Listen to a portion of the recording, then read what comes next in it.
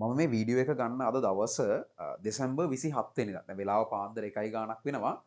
ඒතකොට දැන් අපේ 2021 බැච් එකේ රිවිෂන් ක්ලාස් එක පටන් අරගෙන මම තියරි පන්තියක් කලින් කරගෙන ඇවිල්ලා තිබුණේ නෑ 2021 පන්තියේ රිවිෂන් පන්තියක් තමයි පළවෙනි වතාවට 2021 බැච් එකට මම පටන් ගන්නෙ. ඒක පටන් අරගෙන මේ වෙනකොට මාස 13ක් ඉවර වෙනවා. ඒතර මාස 13 ඉවර වෙනකොට මේක පටන් ගන්නකොට හිටිය ළමයි 90ක සංඛ්‍යාවකින් අපි ගිය අවුරුද්දේ නොවැම්බර් වල මේ ක්ලාස් එක පටන් ගන්නෙ. මේ වෙනකොට ළමයි 1078ක් මේ මොහොත වෙනකොට අපේ පන්තියේ වැඩ කටයුතු කරගෙන යනවා. ළමයි ඒක වෙලා හිස්ටරි. ඒක රෙකෝඩ් එකක්. හරි. ලංකාවේ ඉතිහාසයේ අපි දන්න ටියුෂන් ඉතිහාසයේ කවදාකවත් ඒ වගේ පටන් ගන්න ළමයි ප්‍රමාණය මෙච්චර ලොකු ගාණක් දක්වා වර්ධනය වෙච්ච කිසිම ටියුෂන් පන්තියක් නැහැ. වැදගත්ම කාරණාව මම කිසිම අර ප්‍රසිද්ධ ආයතනයක් එක ආවවත් ඒ කියන්නේ මම මොකක් හරි පිළිගත් ආයතනයක ලොකු ටියුෂන් ආයතනයක වෙබ්සයිට් එකක් කරා පන්ති කරාවත් එහෙම නැත්නම් තියරි පසුබිමකින් ඇවිල්ලා එහෙම පන්ති කරාවත් එහෙම නෙමෙයි මේ සියල්ල නොවැම්බර් වල පටන් ගත්තේ පළවෙනි 2021 මම කරපු එකම පන්තිය මේ රිවිෂන් පන්ති සහ ප්‍රශ්න පත්‍ර පන්ති. මේ දෙකම නොවැම්බර් වල පටන් ගන්න ගිය මාසේ ගිය අවුරුද්දේ ළමයි 90කින් පටන් ගන්න මේ මට්ටම දක්වා 1078ක් දක්වා වර්ධනය වෙලා තියෙනවා. ඒ නිසා ඒක රෙකෝඩ් එකක්, ඒක වාර්තාවක්. ඒක එහෙම උනේ කොහොමද? මොකද්ද මේ එහෙම ළමයි ප්‍රමාණය වැඩි වෙන්න හේතුව කියන එකට හේතු කාරණා මම මේ වෙලාවේ පැහැදිලි කරන්න යන්නේ නැහැ. අපේ පන්ති ආපු ළමයෙක් ඉන්නවා නම් අහගන්න පුළුවන්. මේ ඒක බොහොම පැහැදිලි දෙයක් ඒගොල්ලන්ට. හරි.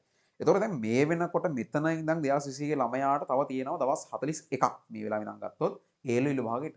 එතකොට ඒ කාල සීමාව තුළ පන්තියක් වශයෙන් අපේ පැත්තෙන් ළමයින්ට එන සැලැස්ම මොකක්ද කියන එක ගැන වීඩියෝ එකේ කතා කරන්නේ. එතකොට දැන් අර මම ඒක ගැන මීට කලින් කරා පැයක විතර දීර්ඝ සාකච්ඡාවක් මේ දවස් 40 ළමෙක් වැඩ කරන්න ඕනේ කොහොමද? කොහොමද පැය 16ක 18ක ඇවරේජ් වෙලාවක් හැම දවසකම වැඩ කරන්නේ? නිදා ගන්න ඕනේ කොහොමද? පාස් පේපර්ස් කරන්න ඕනේ කොහොමද? මොඩල් පේපර්ස් කරන්න ඕනේ කොහොමද? ඊට පස්සේ විභාගෙට වැඩිපුරම මේ අවුරුද්දේ පේපර් එක හැදෙන්න දායක වන පාඩම් කොටස් මොනවද කියන එකේ යම් ප්‍රමාණයක්. ඒ කියන්නේ විභාග අනුමාන ප්‍රශ්න යම් ප්‍රමාණයක් කරපු දීර්ඝ සාකච්ඡාවක් පැයක විතර වීඩියෝ එකක් කරා. ඒකේ ලින්ක් එක මම පහළ ඩිස්ක්‍රිප්ෂන් එකේ දාලා තියෙනවා. අවශ්‍ය ළමයෙකුට ඒක බලපු නැති ළමයෙකුට වෙලාවක ගිහිල්ලා බලන්න පුළුවන්. ඊතන අර තමන්ට අවශ්‍ය මොටිවේෂන් එක හදාගන්න තැන ඉඳලා විභාගයට බලන්න ඕන දේවල් ටික වැඩිපුර අවරණය වෙනවන පාඩම් ටික වෙනකම් මම මෙතන කතා කරලා තියෙනවා. අවශ්‍ය කෙනෙකුට ඒක බලන්න පුළුවන්. කොහොම හරි ඔය කාල සීමාව තුළ වැඩ කරන යනකොට දැන් මට මේ වීඩියෝ එකට පස්සේ ලොකු ඉල්ලීමක් ආවා මේ අලුතෙන් පන්තියට සම්බන්ධ වෙනවා කියලා අවසාන මාසෙට විතරක්. ඇත්තටම මුලින් මම හිතාගෙන හිටියේ එහෙම අවස්ථාවක් දෙන්නේ නැහැ. අපේ ඉන්න ළමයි ටිකත් එක්ක වැඩ ටික කරගෙන යනවා කියලා. මුතර සමහර ඉතාමත් සාධාරණ ඉල්ලීම් තිබුණා ඒ කරපු ඉල්ලීම් අතරින්. තමයි 100කට වඩා වැඩි ප්‍රමාණයක් අපෙන් වාචිකව ඉල්ලලා තිබුණා හොට්ලයින් එකට කතා කරලා. ඒ නිසා අපි ඒකට අවස්ථාවක් සලසා දෙන්න කියලා හිතුවා, දෙනවා කියලා හිතුවා. ඒක ගැනත් මම මේ වීඩියෝ එකේදී කියන්නේ. එතකොට ජනවාරි මාසේ අපේ සැලැස්ම මොකක්ද? ප්‍රධාන වශයෙන් සැලැස්මේ අංක දෙකක් තියෙනවා. එකක් එක්සෑම් ටාගට් රිවිෂන් එක. අනිත් එක එක්සෑම් ටාගට් පේපර් ක්ලාස් එක. හරි. මම මුලින් රිවිෂන් එක ගැන කතා කරන්නේ. ඊට පස්සේ පේපර් ක්ලාස් එකට එනවා. රිවිෂන් එක ගත්තාම අපේ රිවිෂන් එකේ සාමාන්‍ය රිවිෂන් එකේ සිලබස් එක ඉවර කරලා මේනකොට මාස 4කටත් වැඩි අපි කියපු වෙලාවට සිලබස් එක ඉවර කරා. ඊට පස්සේ ස්පීඩ් රිවයිස් කියලා වැදගත් පාඩම් ටික සේරම ආයෙසරයක් මතක් කරන ආවා. දැන් ඔන්න අන්තිම කඩයිමට තීරණාත්මකම වැඩිපුරම වැඩ වෙන වැඩිපුරම වැඩ කරන්න ඕන වැඩිපුරම තමගේ මට්ටම වැඩි කරගන්න පුළුවන් මාසෙට ඇවිල්ලා තියෙනවා. මේ මාසයේ සැලැස්ම ඒකෙත් කොටස් දෙකක් තියෙනවා. රිවිෂන් එක ඇතුලේ කොටස් දෙකක් තියෙනවා. අංක 1 සඳුදා දවස්වල හවස 7 ඉඳන් 10 වෙනකන් යන වැඩසටහන. එතනදී සිද්ධ වෙන්නේ ඕගනික් ඒ කියන්නේ කාබනික රසායන සහ කර්මාන්ත පරිසරය කියන පාඩම් දෙකට අදාළ විභාග අනුමාන ස්පීඩ් රිවයිස් වැඩක්. එතන වෙන්නේ ඕගනික් උදාහරණයක් වශයෙන් ගත්තොත් අපි ළමයින්ට දෙනවා ටියුට් එකක්. ඒ ටියුට් එකේ තියෙන ඕගනික් පරිවර්තන අනුමාන පරිවර්තන 15ක්.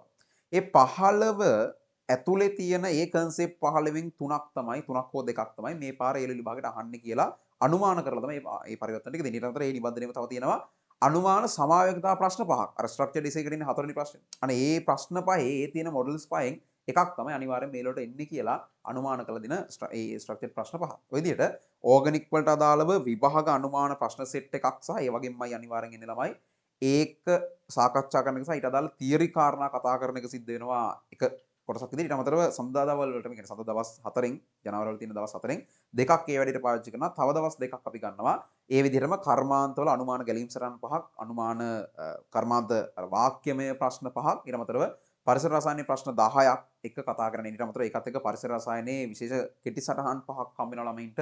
ඒ සියලු දේවල් රිවිෂන් පන්තියේ සඳුදා දවස් වලට අදාළව සිද්ධ වෙන අර ටීම් වර්ක් කියන පොඩි ප්‍රෝග්‍රෑම් එකක් යනවා. පන්ති ඉන්න ළමයි දන්නවා. අර ළමයි සාකච්ඡා කරලා පොඩි අර ඉන්ටරෙස්ටිං වැඩක් තියෙනවා. ඒකත් එක්ක ඒ අංගෙත් එක්ක. ඒතර සඳහා 7 ඉඳන් 10 වගේ වෙනකන් ඒ වැඩ සටහන ක්‍රියාත්මක වෙනවා.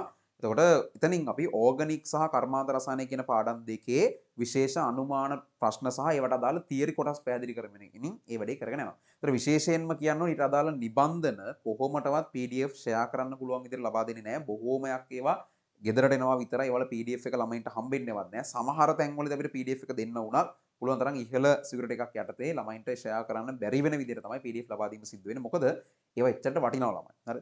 ඒක අර කෙනෙකුට තරක කරන්න පුළුවන් අම්මෝ මාර කුහකකමක් නේ තියෙන්නේ ළමයෙක් මේක ගත්තට මොකක්ද වෙන්නේ කියලා මෙහෙමයි. මම එහෙමයි කියලා කියන්න මම හිතන්නේ නෑ කිසිම කෙනෙකුට අයිතියක් තියෙනවා කියලා. පන්තියේ ළමයි දන්නවා සහ මම මේ කියන්න කාරණාවෙන් ප්‍රයෝජන ගත්ත අය දන්නවා.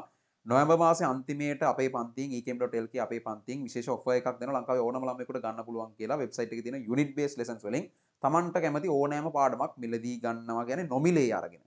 7-5ක්වත් ගෙවන්න නැතුව නොමිලේ අරගෙන ඒක Tamanට ඕන මාසයක් පුරාවට මේ වීඩියෝස් ටික අවශ්‍ය විදිහට බලලා වැඩ ටික කරගන්න ලංකාවේ ඕන ළමයෙකුට නොමිලේ අවස්ථාව හදලා දෙනවා. ලක්ෂ 36කට වැඩි මූල්‍යමය වටිනාකමක් තියෙන පාඩම් සම්පූර්ණ නොමිලේ ලංකාව පුරා ළමයි අරගෙන තිබුණා ඒකට අදාළව. ඒතොර ඔක ගොඩ ගහගෙන මට හම්බ කරගන්න තිබුණා. නමුත් ඒ වගේ අවස්ථාවක් දීලා තියෙන නිසා ළමයි මේක ඇවිල්ලා මේ තව ළමයෙක් ඉගෙන ගන්නවාට තියෙන කැමැත්තක් නෙමෙයි. නමුත් ගුරුවරයෙකුට තියෙන වත්කම තමයි තමන් මහන්සි වෙලා හදන අපි තමයි දන්නේ කොච්චර මහන්සි වෙලාද ඒක කරන්න කියලා. හරි. ඒතොර තමන් මහන්සි වෙලා ඒ හදන විශේෂම කියලා විභාගයටම අනුමාන කරලා මේ අවුරුද්දටම ආවේ නේ. ලබන අවුරුද්දට තාම ඕකම දෙන්න බෑනේ. ඒ අවුරුද්දට අදාළ එකක් හදලා දෙන්න ඕනේ. ඒතොර ඒ දින එකේ මහන්සිය දන්නේ ඒකට කොච්චර දඟලනවද කියන දන්නේ ඒ ගුරුවරයා. ඒ නිසා ඒක අපි පුළුවන් තරම් අපේ ළමයින්ට දෙන්න අපේම එන ළමයින්ට සීමා කරන්න උත්සාහ කරනවා. මම හිතන්නේ ඒකේ වැරද්දක් කාටවත් කියන්න බෑ. ඒතර ඔය තමයි රිවිෂන් එකේ එක අංගයක්. රිවිෂන් එකේ තියෙන අනිත් අංගය තමයි සති දවස් 7ක් තියෙනවා. ඔය දවස් 7න් දවස් 3ක් වගේ අරගෙන MCQ ටාගට් MCQ ප්‍රශ්න පාඩමෙන් පාඩමට වෙන වෙනම. පළවෙනි පාඩමෙන් අහන්න පුළුවන් මෙන්න මේ වගේ ප්‍රශ්න 10ක් දීලා ඒ 10 අපි පැයක් තුල රෑ 11 ඉඳන් 12 වෙනකන් දවස් 3ක් තෝරගන්නවා. ඒ දවස් 3ෙම රෑ 11 ඉඳන් 12 වෙනකම් වෙලාව අරගෙන අපි ඒ MCQ ට ඒ වෙලාවේ කරා ඒ වෙලාවේ ඩිස්කස් කරා එතනින් වැඩි ඉවරයි. ළමයින්ට ආයෙ තනියෙන් කරන්න දෙයක් නැහැ. පාඩමෙන් පාඩමට ටාගට් MCQ 10ක් හෝ සමහර පාඩම් වලින් 15ක්. අර ඒ පාඩමින් වෙන් වෙන weight එක අනුව බලලා අපි ඩිස්කස් කරලා සම්පූර්ණ ටාගට් MCQ දැන් A level paper එකේ MCQ 50ක් නේ. ඔය කතා කරන වැඩ පිළිවෙල ඇතුළේ අපි අදින් සාමාන්‍යයෙන් MCQ 200ක් 250ක් කවර් වෙවි. ඒ 200 250 ඇතුළේ ළමයි A level paper එකේ තියෙන MCQ 50න් 40කට වැඩි ප්‍රමාණයක් අනිවාර්යෙන් ආවරණය වෙනවා concept wise. ඒ අදහස සංකල්පයේ තියෙනවමයි තියෙන්නේ. අර අන්දලා තියෙන ඇඳුම සැරසිලි ටික කැටයන් ටික චුට්ටක් වෙනස් වෙන්න පුළුවන්. නමුත් අදහස් වශයෙන් ඒවම තමයි තියෙන්නේ. අනිවාර්යෙන් 40කට වඩා MCQ එතනින් කවර් වෙනවා. ඒක ඒතකොට මම අර කියපු විදිහට දවසකට පැය ගානේ දවස් 3ක් අරගෙන රෑ 11 ඉඳන් 12 වෙනකන් ළමයි වැඩිපුර වැඩ කරන්නේ නැති වෙලාව නිදිමත වෙලාවක් නේ. ඇහැරවල ගන්න ඒක බය වෙන්න ඕනේ නැහැ. එහෙම ඒ වැඩේ ඒ විදිහට යනවා. එතකොට ළමයාට වැඩි බරක් දැනෙන්නේ නැති වෙනවා. මොකද සබ්ජෙක්ට් තුනක් බැලන්ස් කරන්න ඕන. අනිත් ඒවාට වෙලාව ඕන. අපි ඔක්කොම තියෙන වෙලාව අරගෙන හරියන්නේ නැහැ. හරි. ළමයාට වැඩි බරක් දැනෙන්නේ නැති වෙනවා. නමුත් ඉතාම ඵලදායී වැඩක් විභාගයේ අනුමාන විදිහට කරන විදිය වැඩ පිළිවෙලක් තමයි රිවිෂන් එක කියන්නේ. ඒවම කිව්වේ රිවිෂන් එක ගැන. හරි. ඊට අමතරව දෙවනි කෑල්ල පේපර් ක්ලාස් එක එක්සෑම් ටාගට් පේපර් ක්ලාස් එක. මේ වෙනකොට ප්‍රශ්න පත්‍ර පන්තියේ අපි පේපර්ස් 73ක් කරවලා ලකුණු බලලා දීලා රෑන්ක් කරලා ඇනලයිස් කරලා ඔක්කොම කරලා දීලා තියෙනවා. හරි. ඒතර අන්තිම මාස 3 විතරක් ගත්තොත් සතියකට පැය 5ක ෆුල් පේපර් එක ගානේ ෆුල් පේපර්ස් 12ක් මේ වෙනකොට අංග සම්පූර්ණයෙන් කරලා අර මම කියපු විදිහට රෑන්ක් කරලා ඩිස්කෂන් කරලා සියලු දේවල් ටික කරලා අවසන් කරලා තියෙනවා. සතියකට පැය 5 පේපර්ස් 12ක් දැන් අපි කරලා තියෙනවා. හරි. ජනවාරි මාසේ ඒ විදිහටම තවත් ඉතාමත් විශේෂ අනුමාන ප්‍රශ්න පත්‍ර 4ක් එක්සෑම් ටාගට් පේපර්ස් 4ක් අපේ පන්තිය අපි සිද්ධ කරනවා. මේ හතරෙන් දෙකක් මෙච්චරකල් කරා වගේම වෙබ්සයිට් එක හරහා තමන්ට ස්ක්‍රීන් එකේ තියෙන PDF එක බලාගෙන කරලා ෆොටෝස් ගාලා සබ්මිට් කරන ඒ විදිහට යන්නේ. අවසාන ප්‍රශ්න පත්‍ර දෙක තවත් විශේෂයි. ඒ දෙක කිසිසේත්ම PDF ලබා දීමක් සිද්ධ වෙන්නේ නැහැ.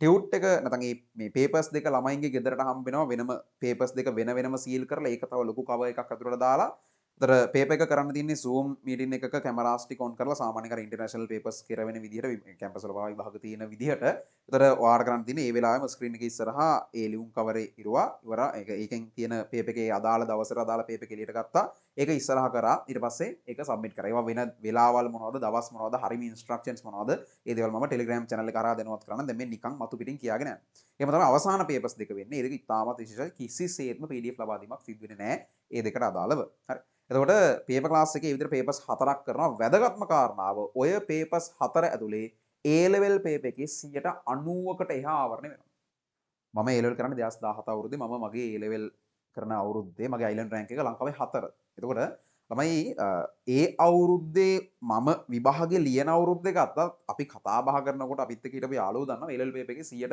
80ක් විතර 75ක් 80ක් විතර ඒ අවුරුද්දේත් අපිට ටාගට් කරන්න පුළුවන් වුණා. මේක මේ මට තියෙන මැජික් බලයක් නෙවෙයි. අයිලන්ඩ් රෑන්ක් එකක් ගන්න මට්ටමට විෂය ප්‍රගුණ කරපු ඕන ළමයෙකුට ඒක තියෙනවා. හරිද? ඒක සාමාන්‍ය මේ මට්ටමට මේක ප්‍රගුණ කරපු ඕන කෙනෙකුට එන දෙයක්. මගේ විතරක් මැජික් එකක් නෙවෙයි. ඒතකොට ඒ කාලේ ඒ වගේ මට්ටමක හිටපු කෙනෙකුට දැන් අවුරුදු තව කීපයක් මේ ළමයි එක ගණන් කරලා පේපර්ස් එක ගණන් කරලා විෂයත් එක්ක ගණන් කරාට පස්සේ මේ වෙනකොට පේපර්ස් 4ක් ඇතුලේ A level එක පේපර් එක 90ක් අනුමාන කරන්න අනිවාර්යෙන් පුළුවන්. මෙතන එහෙම පේපර්ස් 4ක් ෆයිනල් පේපර්ස් විතර ඉතාම ඉහළ ක්වොලිටි පේපර්ස් 4ක් විශේෂ ලේසිත් නැහැ විශේෂ අමාරුත් නැහැ මැද මට්ටමේ විභාග මට්ටමේ පේපර්ස් 4ක් සම්පූර්ණයෙන් කරනවා ඩිස්කස් කරනවා. ඒ ඩිස්කෂන් එක MCQ ඩිස්කෂන් එක එසේ ඩිස්කෂන් එක කොටස් දෙකකට යන්නේ. අපි මේක කරන වෙලාවල් MCQ ඩිස්කෂන් එක මම තියෙන වෙලාවල් කියනනම් ඉරිදා රෑ 7 ඉඳන් 9:00 වගේ වෙනකන් එසේ එක බදාදා රෑ 7 ඉඳන් 9:00 වගේ වෙනකන් යනවා. ඔයාට ওই වෙලාවට සම්බන්ධ වෙන්න බැරි ළමයිකට රෙකෝඩින්ග්ස් ටික බලන්න හදලා දෙන. ඒවා මුකුත් ගැටලුවක් වෙන්නේ නැහැ. මිස් වෙන්නේ නැහැ මොකුත් ඒ නිසා. පේපර්ස් කරන වෙලාවල් අනම්මන ඔක්කොම Telegram channel එක කරා දැනුවත් කරන්න වීඩියෝ එක අනවශ්‍ය විදිහට දික් වෙන නිසා මම වැඩේ කියාගෙන යනවා. එතකොට ඒ ඇවිල්ලා ෆයිනල් පේපර් ක්ලාස් එකේ ෆයිනල් එක්සෑම් ටාගට්ස් පේපර්ස් 4 ගැනයි මම කිව්වේ.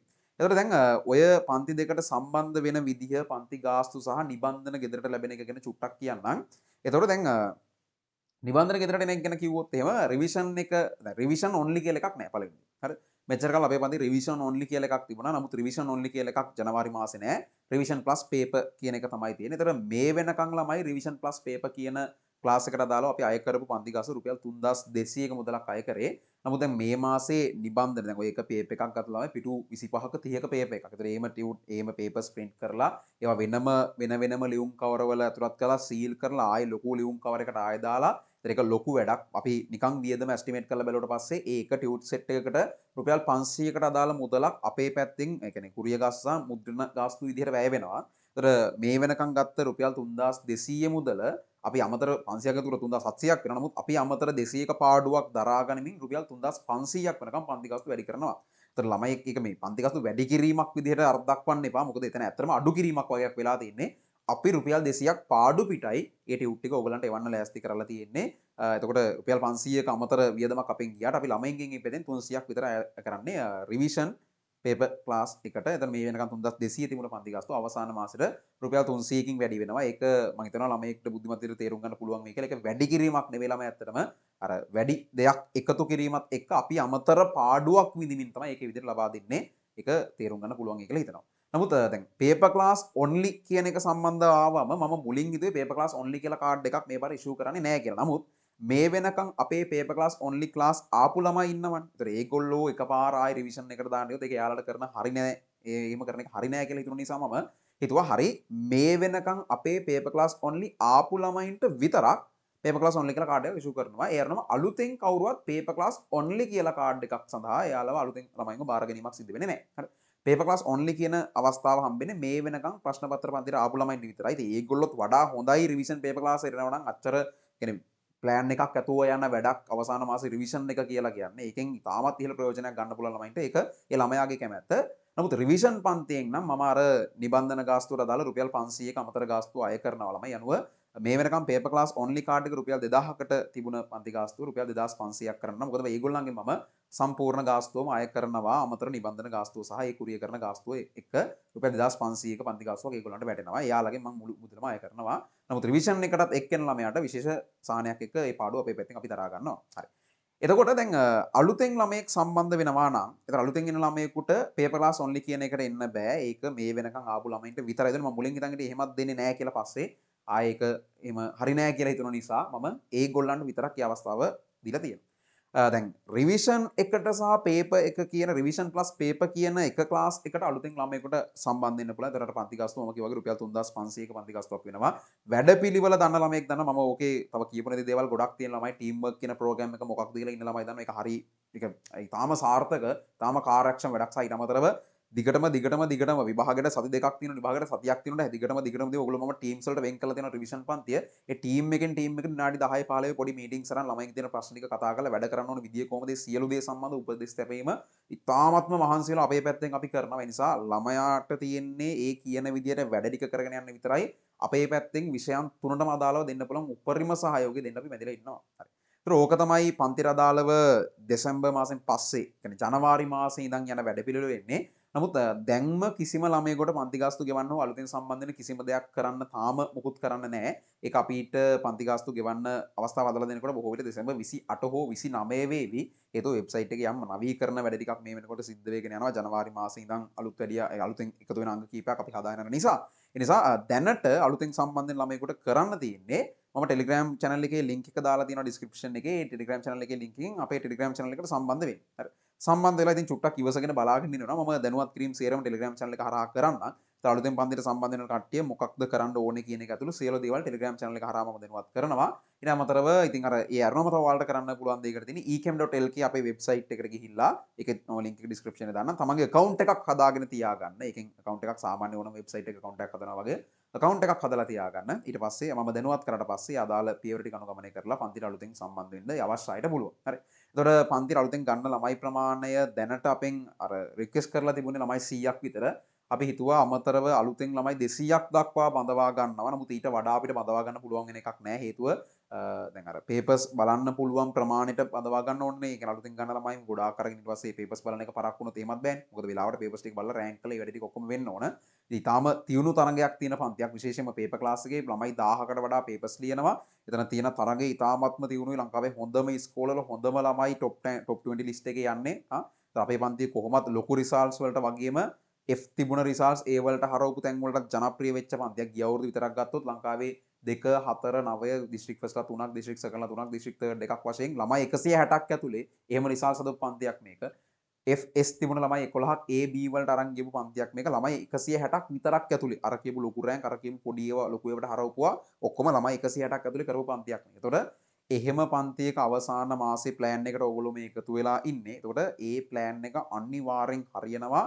ඒ ටාගට් එක්සෑම් ටාගට් වැඩපිළිවෙල එක තමන්ව විශ්වාස කරලා වැඩ කරන්න මොන දේවල් ඔලුවට ආවත් ඒවා කොහොමද අයින් කරගෙන හරියට වැඩ ටික කරගන්නේ කියලා මම දැනට ළමයින්ට පැහැදිලි කරලා තියෙනවා. දිගින් දිගටම මීටින් එක පැහැදිලි කරන්නම්. ලස්සනට වැඩ ටික කරන් යමු ඒ විදිහට. එහෙමනම් මේ වීඩියෝ එක මම මෙතනින් ඉවර කරනවා. Telegram channels වලට join වෙන්න අලුත් ළමයි ඒ අරහා මම දැනුවත් කරනවා. ඉස්සරහට වැඩ ටික සිද්ධ වෙන හැටි. එහෙනම් අපිට තව දවස් 41ක් ඉතුරුලා තියෙනවා. ඒ දවස් 41 හෝ 40 ඇතුළත කරන්න පුළුවන් උපරිම ටික කරලා දැන් තමන් ඉන්න මට්ටම වගේ දෙතුන් ගුණයකට හරි දැන් තමන් ඉන්න මට්ටමේ ඉඳන් පුළුවන් තරම් හොඳ මට්ටමකට හදලා විභාග වෙනකොට පියවරකට ගිහිල්ලා පේපර් එක උපරිමයට තමන්ට කරන්න පුළුවන් උපරිමයෙන් කරලා ඊට පස්සේ හම්බෙන නිදහස භුක්ති විඳමු.